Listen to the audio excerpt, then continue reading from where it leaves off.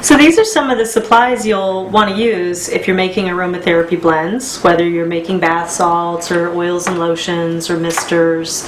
One good thing to have is just a glass or ceramic container. A bowl is easy, so that if you're mixing something, for example, bath salts, you can kind of pour here and then it's landing, whatever's extra is landing in the bowl, and it's easier to contain, and it's also something that's easier to clean up.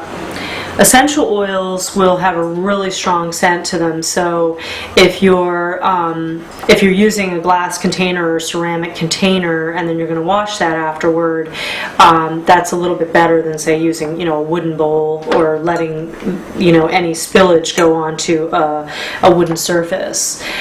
This is actually a solution of half water and half witch hazel, and this is what I use to clean my droppers. And ideally, if you're going to be blending various kinds of essential oils, you want to use one dropper for each essential oil, and then rinse it with the witch hazel and water by squeezing the dropper, and then wash this with soap and water as best you can, and try to keep one dropper for each type of essential oil so that you're not mixing one oil to the next and contaminating the whole container.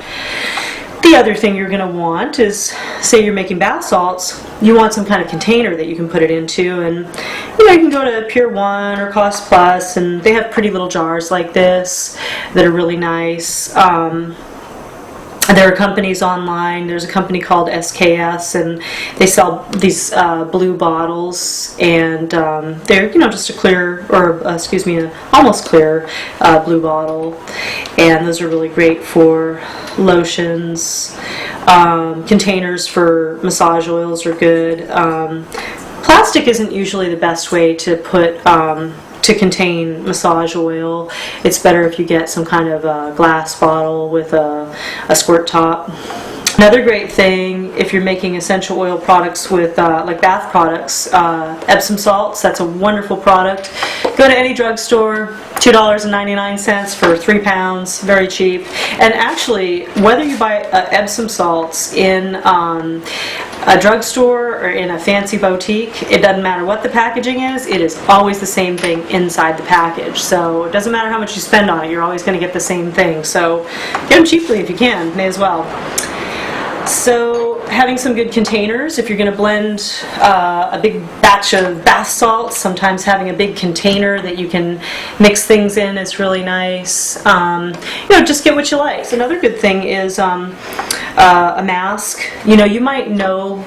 You might like a certain formula and know how you make it, and you want to make another batch of that.